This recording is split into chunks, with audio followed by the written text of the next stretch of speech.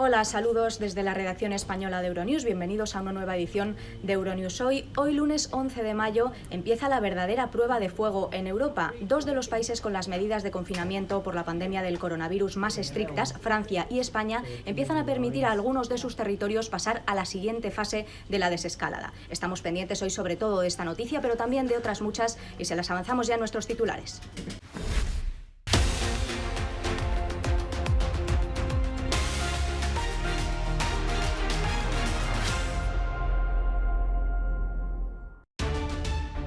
Buenos datos en España en la entrada en la fase 1 de la desescalada del confinamiento para la mitad del país.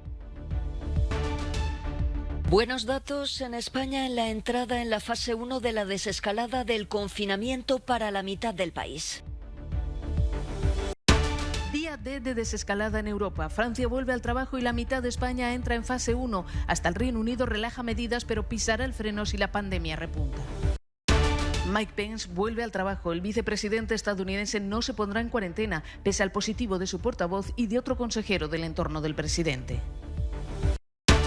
El gobierno de Nicaragua ha acusado de silenciar las muertes por coronavirus. 5 exministros alertan a la OMS del riesgo extremo que corre toda Centroamérica. Comienza una semana crucial para la reanudación de la Premier League, con muchas dudas por el tercer caso positivo por COVID-19 de un jugador del Brighton. 123 muertos en España por COVID-19 en las últimas 24 horas, la cifra más baja desde el 18 de marzo y que coincide con la entrada en la fase 1 de desescalada del confinamiento de la mitad del país. Los datos de hoy, la verdad es que son muy favorables respecto a la evolución de los días anteriores, que ya de por sí era muy buena. Se han notificado en las últimas 24 horas 373 casos nuevos, lo que supone un incremento del 0,17% respecto al día anterior, y lo que nos sitúa en una incidencia acumulada de los últimos 14 días del 30 por 100.000 habitantes. Estamos en una situación realmente que está empezándose a ver de forma ya muy clara y evidente que estamos en las últimas fases de la transmisión. El 51% de los españoles han recuperado parte de la libertad perdida desde el 15 de marzo. Quedan fuera la Comunidad de Madrid, que ha vuelto a pedir pasar a la fase 1, y buena parte de Cataluña. Castilla y León, Castilla-La Mancha, la Comunidad Valenciana y Andalucía siguen parcialmente en la fase 0. Los ministros franceses separados por más de 1 metro, cada uno de pie sobre su circulito para cumplir la distancia social. Es la nueva realidad que este lunes impone en buena parte de Europa, que vive su particular día D de desescalada, en el caso de Francia, tras 55 días de confinamiento. En la región de París, el reto es considerable, explica la ministra de Transportes, porque en un día normal 5 millones de personas utilizan el transporte público y ahora tenemos que dividir esa cifra por 5. El desconfinamiento será más lento en el tercio noreste de Francia, clasificado aún como zona roja, pero en general toda la población podrá volver a salir a la calle sin necesidad de llevar una declaración jurada, y los negocios, aún con restricciones, tratarán de retomar el pulso. En cuanto a la vuelta al colegio, es una de las cuestiones en las que hay más divergencias en Europa. Por ejemplo, en Grecia serán los estudiantes de último año los que regresen, pero en días alternos y, como vemos, extremando las medidas de precaución. Día crucial también en España, donde la mitad de la población entra en la llamada fase 1, con la reanudación limitada de actividades sociales, comerciales y turísticas. Un avance del que han quedado excluidas las 3 ciudades más habitadas, Madrid, Barcelona y Valencia, a la espera de que cumplan todos los requisitos. Incluso el Reino Unido, pese a tener las cifras más elevadas de muertos por la pandemia, tantea el terreno y trata de relajar el bloqueo económico, aunque con muchas reservas. Vamos a monitorear los progresos a nivel local, regional y nacional, dice Boris Johnson. Y si hay brotes, si hay problemas, no dudaremos en pisar el freno. El Reino Unido, al igual que Francia, Italia o España, tiene la vista puesta en Alemania, donde pocos días después de que empezaran a aliviarse las restricciones, se ha producido un aumento de los casos de coronavirus. Así, en Europa, si el confinamiento fue difícil, la desescalada se anuncia extremadamente delicada y peligrosa.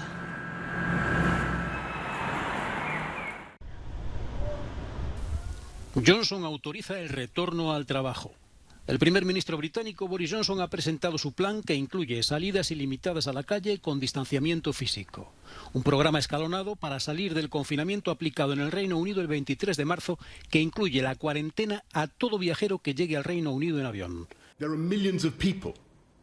Hay millones de personas que temen esta terrible enfermedad, pero al mismo tiempo temen lo que este largo periodo de inactividad forzosa le hará a su medio de vida y a su bienestar mental y físico. Las nuevas medidas incluyen la recomendación de no usar el transporte público y desplazarse en coche, en bicicleta o andando. En distintas fases estará permitido hacer ejercicio ilimitado y sentarse en un parque. Hoteles y comercios podrían abrir a partir de julio dependiendo de los datos. Hemos pasado el pico inicial, pero estamos bajando la pendiente, lo que a menudo es más peligroso. Debemos de estar alerta, controlar el virus y salvar vidas.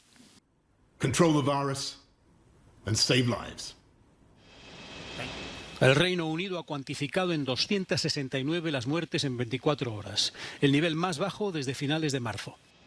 Escocia, Gales e Irlanda del Norte han advertido que mantendrán el confinamiento.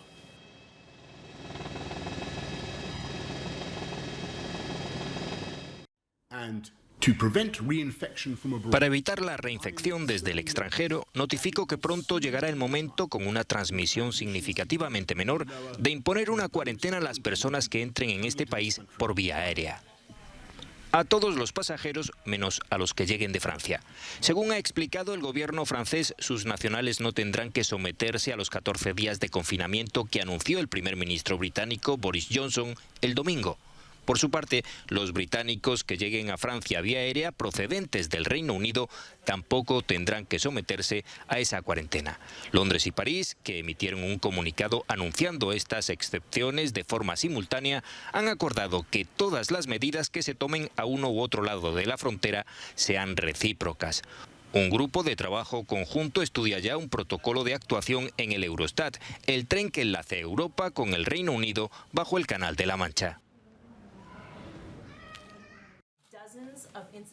El vicepresidente estadounidense Mike Pence ha desmentido que vaya a ponerse en cuarentena, a pesar de haber estado en contacto directo con su portavoz de prensa, que ha dado positivo por coronavirus. A diferencia de Pence, 3 miembros del equipo de lucha contra la pandemia de la Casa Blanca permanecerán aislados tras haber estado expuestos al virus. Uno de ellos es nada menos que el principal epidemiólogo del gobierno, el doctor Anthony Fauci, que es la cara pública de la lucha contra la enfermedad en el país.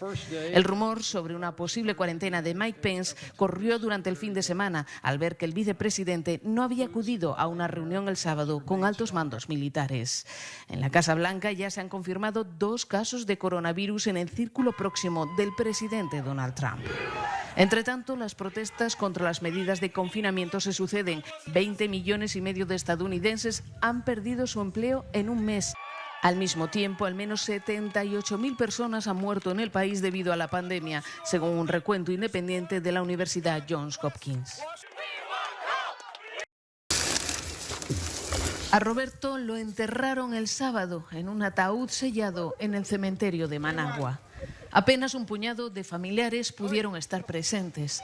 Este hombre, que trabajaba de mecánico, murió en un hospital de la capital nicaragüense tras días sufriendo síntomas que apuntan al COVID-19, pero sin que nadie, ninguna autoridad, lo reconociera como tal, y en medio de un secretismo que asusta tanto dentro como fuera del país. El acta de función dice que murió de una neumonía severa, ¿verdad? Los síntomas que él presentaba, pues, fueron dolor en el cuerpo, fiebre alta de 40 grados, tos seca, todos los síntomas que refieren con el COVID-19, ¿verdad? Inclusive nos clavaron el ataúd, que no la podíamos abrir, y nos mandaron directamente a enterrarlo. Según las autoridades, en Nicaragua solo se han registrado 16 casos de coronavirus y 5 muertes. Es más, el gobierno de Daniel Ortega niega que exista transmisión local comunitaria y afirma que todos los casos son importados. Una versión que contrasta con lo que ha visto en los últimos días la familia de Roberto.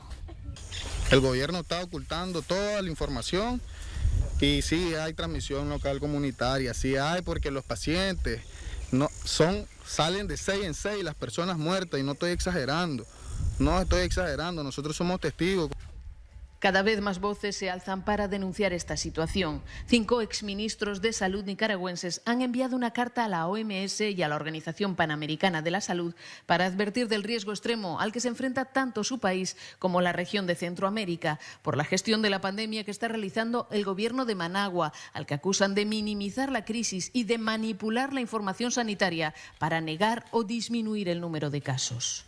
El Observatorio Ciudadano COVID-19, compuesto por observadores independientes, ha detectado desde mediados de marzo en Nicaragua al menos 780 casos de coronavirus y 88 muertes, la mayoría inscritas como neumonías.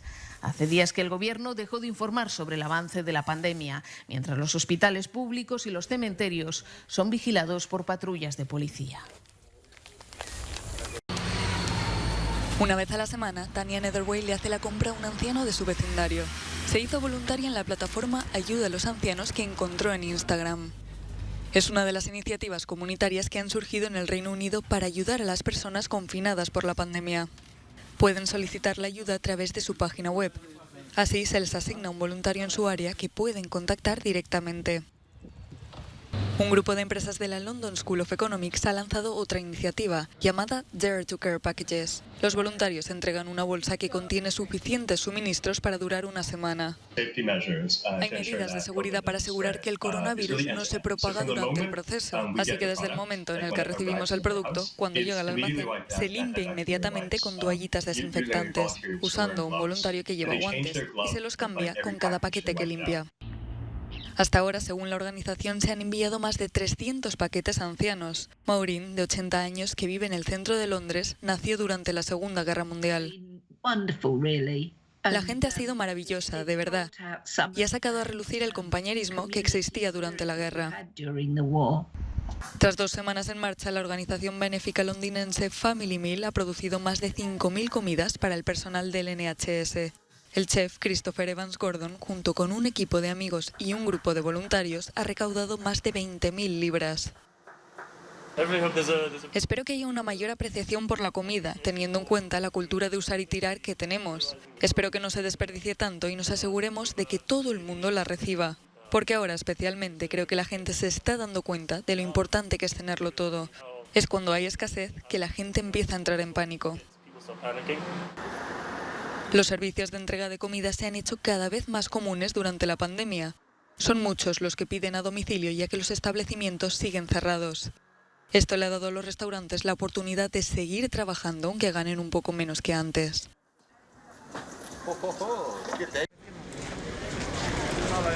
Haciendo cola para subir a un tren rumbo a Austria. Son 74 cuidadores rumanos que se van a trabajar a Viena. El sistema sanitario austríaco depende en gran medida del personal de Europa del Este. Muchos se desplazan constantemente de un país a otro donde permanecen semanas, pero el coronavirus ha parado esto. Voy a cuidar a una señora de 82 años en Austria, cerca de Viena, Sandhausen. Voy allí con todo mi corazón. Todo el mundo debería amar su trabajo. Con los viajes restringidos por la pandemia, la embajada austríaca pidió un corredor especial para estos trabajadores que les permitiera cruzar Hungría para llegar a su lugar de trabajo. Viena reclamó la semana pasada un primer tren para salir de Rumanía, pero el Ministerio de Transportes rumano aprobó su circulación solo hace un par de días. A bordo debe respetarse el distanciamiento social y todos los viajeros deben llevar mascarillas y guantes. Cuando este tren nocturno llegue a Viena, los cuidadores rumanos se someterán a test del COVID-19 antes de empezar a trabajar en un trabajo que es esencial para los austríacos.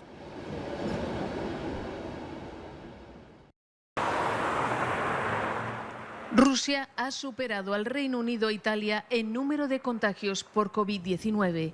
Según los últimos datos, en Rusia ya hay más de 221.300 casos de coronavirus, de los cuales más de 11.600 han registrado en las últimas horas. La pandemia se expande a marchas forzadas, si bien las autoridades insisten en que esas cifras se deben al gran número de test que se están realizando. Lo sorprendente es que mientras el Reino Unido e Italia acumulan más de 30.000 muertos cada uno, Rusia, con un número superior de contagiados, reconoce poco más de 2.000 fallecidos. Moscú sigue siendo el epicentro de la pandemia en el país. El presidente Vladimir Putin abordará hoy con el gobierno una posible prolongación de las restricciones hasta junio. Las mascarillas pueden llegar a ser más que una protección contra el coronavirus. En un taller de la paz en Bolivia, Mujeres Creando, una asociación feminista, ha visto la posibilidad de transmitir sus mensajes a través de las mascarillas que elaboran. Las venden para tratar de subsistir, ya que su economía se ha visto afectada tras semanas de confinamiento. Con frases como "quédate en casa no es igual a quédate callada en casa", que cosen en sus productos, esta asociación ofrece un mensaje de fuerza a muchas mujeres. Hay mujeres que viven con hombres violentos, que las golpean, y a veces la calle es un espacio de respiro, es un espacio de alivio. Ahora las mujeres no podemos hacer eso. En lo que va de año en el país se han registrado 41 feminicidios y más de 600 casos de violencia doméstica, muchos de ellos bajo el confinamiento. En otros países de Latinoamérica, como México, los vendedores también han visto el tirón de las mascarillas con distintos diseños. Y más artesanos que no se dedicaban a esto, que no, incluso que no nos vendían a nosotros, que bueno, les vendían entre comillas a nuestras competencias, se nos están uniendo, ¿no? Porque nosotros no nos damos abasto con la iniciativa. Como los vendedores no dan abasto, los emprendedores han comenzado a coser estas mascarillas para hacerle frente a la crisis de sus talleres. Se disponía a conquistar planetas con la rabia intacta, pero tuvo que contentarse con transmitir conciertos desde su salón de Buenos Aires. El rockero argentino Fito Páez, como tantos otros artistas, tuvo que cancelar su gira internacional por el confinamiento extendido en el país hasta el 24 de mayo. Suspendí todo, claro, y no hay nada previsto. Mirá, los que te digan o lo contrario, la verdad que me parece que están especulando fulero, ¿viste? Pero sigue trabajando acompañado de un piano y de su gato Mozart, en la soledad de su casa. Soledad física porque en el primer concierto que ofreció a través de Internet le acompañaron 1,4 millones de personas.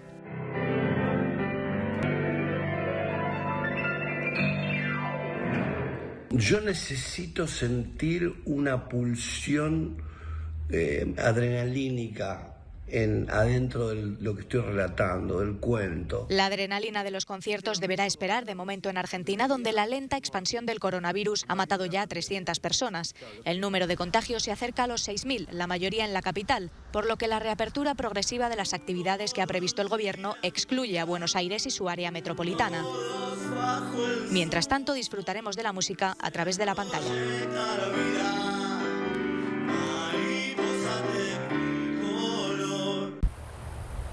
El confinamiento de la población ha animado a los animales a avanzar más allá de su hábitat. Ante la falta de turistas en la Laguna de los Padres, un gran parque en la ciudad argentina de Mar del Plata, los carpinchos se sienten dueños de este paisaje natural.